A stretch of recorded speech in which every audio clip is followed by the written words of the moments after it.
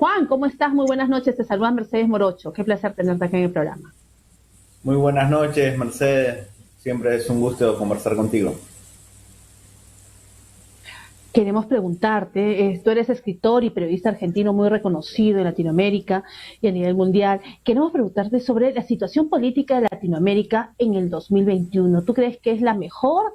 Tenemos cambios de presidentes en diferentes estados y también políticas eh, contra la pandemia que han sido muy criticadas también en algunos casos. Sí, este año fue bastante difícil para la región, ya que se venía arrastrando un mal año que fue el 2020, el año de la pandemia. Si bien la pandemia es a nivel mundial, la mayoría de los gobiernos de Sudamérica no supieron enfrentarlas como se debe, salvo algunas excepciones como Uruguay con el presidente Luis Lacalle Pou, pero se nota claramente el problema económico que hay, por ejemplo, aquí en Argentina. El dólar cada vez es más inaccesible. Lo mismo estamos viendo en Perú, que Pedro Castillo entró con un discurso muy sabio: no más pobres en un país rico, y hoy hay más cantidad de pobreza y aumentó bastante el dólar cuando prácticamente había una estabilidad de más de 2 décadas en relación a la divisa extranjera. Lamentablemente se han profundizado las brechas en esta región, productos de los malos gobiernos, independientemente de la ideología que tengan. Recordemos que acá en Argentina, Mauricio Macri antes de la pandemia fue un desastre y era un gobernante de derecha. Perú tiene un gobernante de izquierda y lamentablemente no está mejorando. Lo mismo pasa con la credibilidad del presidente de Ecuador, Guillermo Lasso, que vuelve a estar en la mira mundial porque está implicado en los Panama Papers, ahora en los Pandora Papers. Esto genera una inestabilidad muy importante para el país vecino del norte. Lamentablemente, la región cada vez está profundizándose más las grietas. Hay un sector, el sector que tiene mucho dinero, que quizás no se ve perjudicado, pero sobre todo la clase media se está empobreciendo en nuestros países. Juan, ¿cómo ves al nuevo presidente de Chile, a Gabriel Boric? ¿Qué desafíos les esperará para Chile? ¿Crees que tenga un buen resultado para los próximos meses?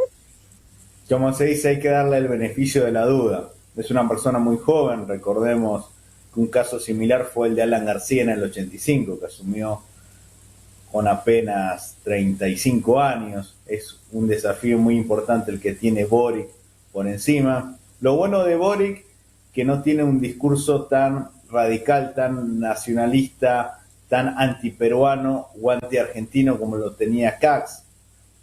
Quizás es un hombre más conciliador, sobre todo con Argentina, con Perú y con Bolivia, que cosa contraria hubiese sido Katz. Quizás Katz hubiese sido mejor gobernante para Chile, pero no así para sus vecinos. Hay que darle un beneficio de la duda.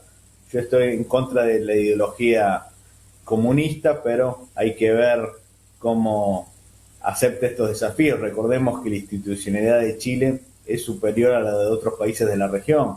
Siempre Chile pasaba de un gobierno de izquierda con Bachelet a uno de derecha como el Piñera, de Piñera de vuelta a Bachelet, Bachelet a Piñera. Tienen más respeto institucional, más espíritu democrático que otros países. Esperemos que le vaya bien a él como también a los otros gobernantes. Recordemos que el próximo año hay elecciones en Brasil. Posiblemente vuelva Lula da Silva, ya que Bolsonaro hizo una mala gestión. En el 2023 hay elecciones en Argentina y en Paraguay, pero hasta ahora lo que falta son políticas de integración. Tiene que tallar más los foros internacionales como el Mercosur, la Comunidad Andina de Naciones, para evitar que se generen nuevos experimentos como fue UNASUR en la época de Chávez, ahora UNASUR, que está impulsado por Evo Morales, que felizmente el Congreso peruano a través de la Comisión de Relaciones Exteriores ha frenado esa idea, pero hay que fortalecer sobre todo las políticas comunitarias, sean Mercosur o Comunidad Andina de Naciones, que hoy en día parece que está muy frenado.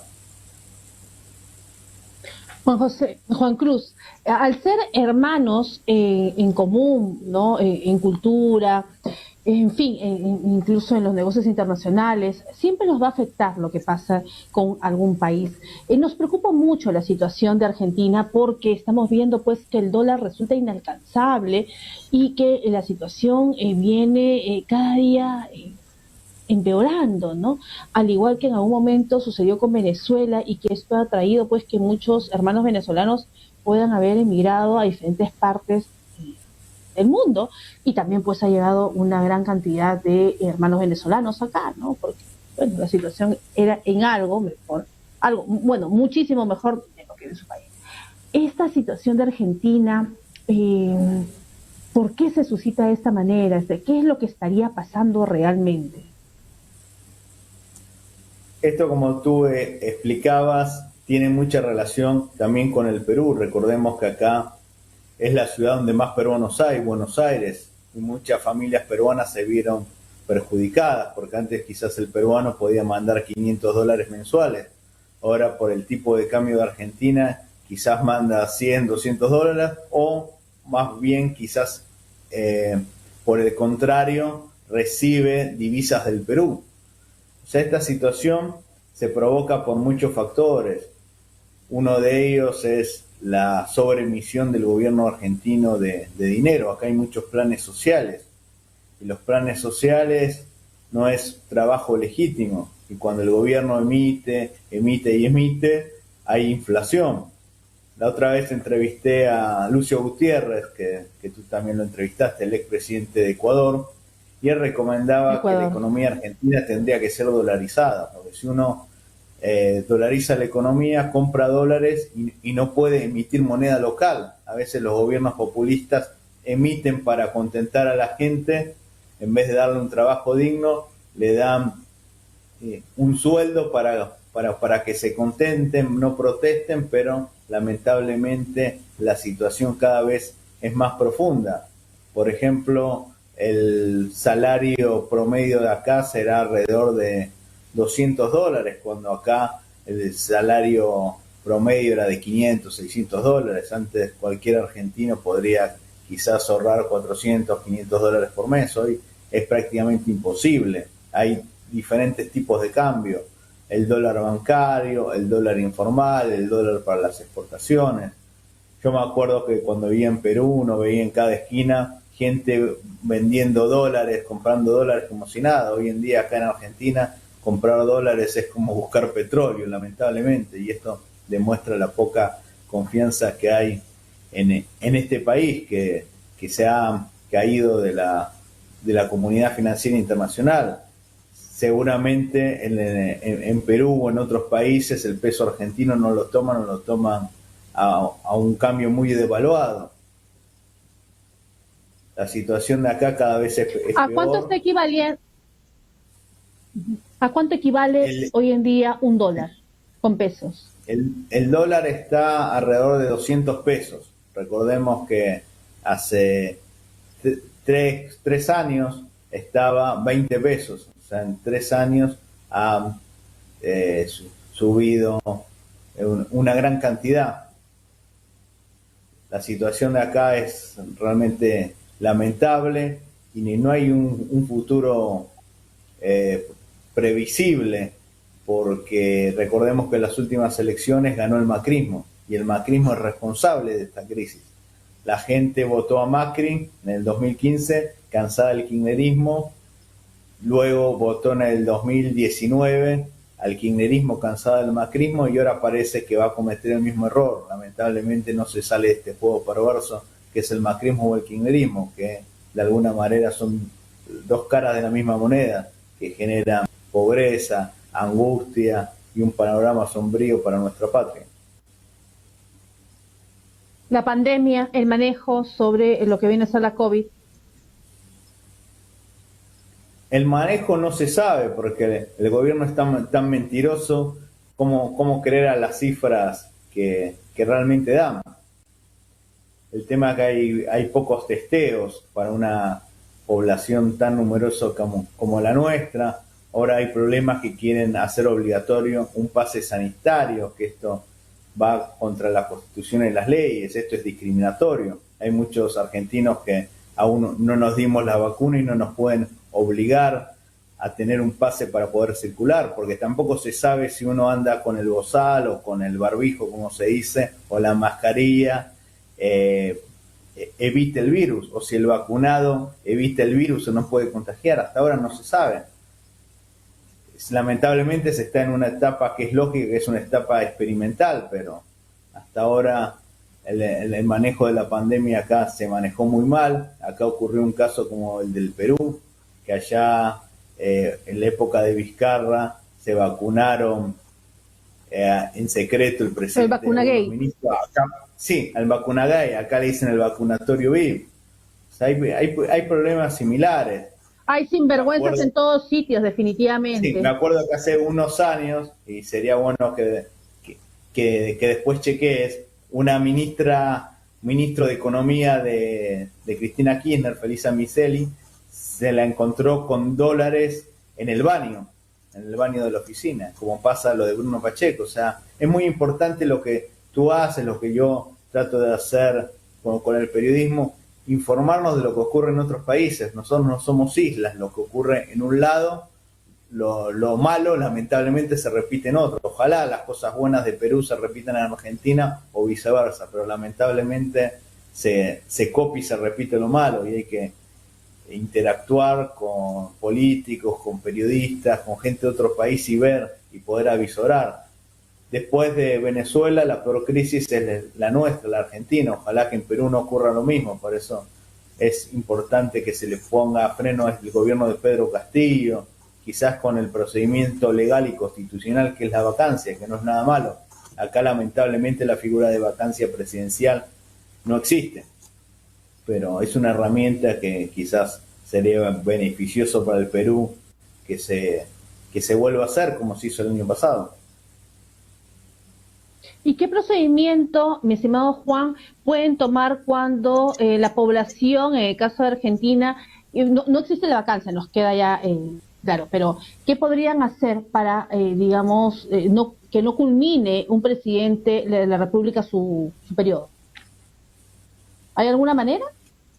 Sí, que renuncie o hay que ver por ahí una causal para hacer juicio político, que nunca se dio.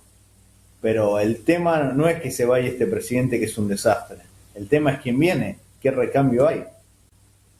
En Perú tuvieron grandes posibilidades, hubieron 16 candidatos, 2 o 3 muy buenos, incluso a nivel internacional, como Hernando de Soto, que era muy bueno a nivel intelectual, Rafael López Aliaga, que si bien después demostró que no tenía un buen equipo porque muchos congresistas se le fueron, pero tenía planteo lógico, pero lamentablemente a veces las mayorías o alguna mano negra está detrás de esto, porque todavía no se puede entender cómo Pedro Castillo es el presidente cuando nunca figuró en el primer lugar o en el segundo lugar en las encuestas. Esto es realmente muy sospechoso, por eso es muy importante la entrevista que le hiciste recién al presidente Merino, porque hubo tanta desesperación a los días por sacarlo a Merino, quizás para enturbiar el proceso electoral y tener un gobernante como el que hay ahora. Recordemos que en la bancada parlamentaria del oficialismo de Perú Libre, cuando presentaron una lista para la mesa directiva, se unieron con Somos Perú, el partido que postuló a Vizcarra, y el Partido Morado, que era el partido del presidente saliente Francisco Sagasti. O sea, hay muchas cosas que si uno analiza puede ver que hay manos negras que están atrás de esto para enturbiar la democracia y la institucionalidad en Perú. Acá en Argentina, lamentablemente, parece que es un pase de mano entre el kirchnerismo, el macrismo, el kirchnerismo, el macrismo, que en definitiva no es la solución que se merece nuestra patria.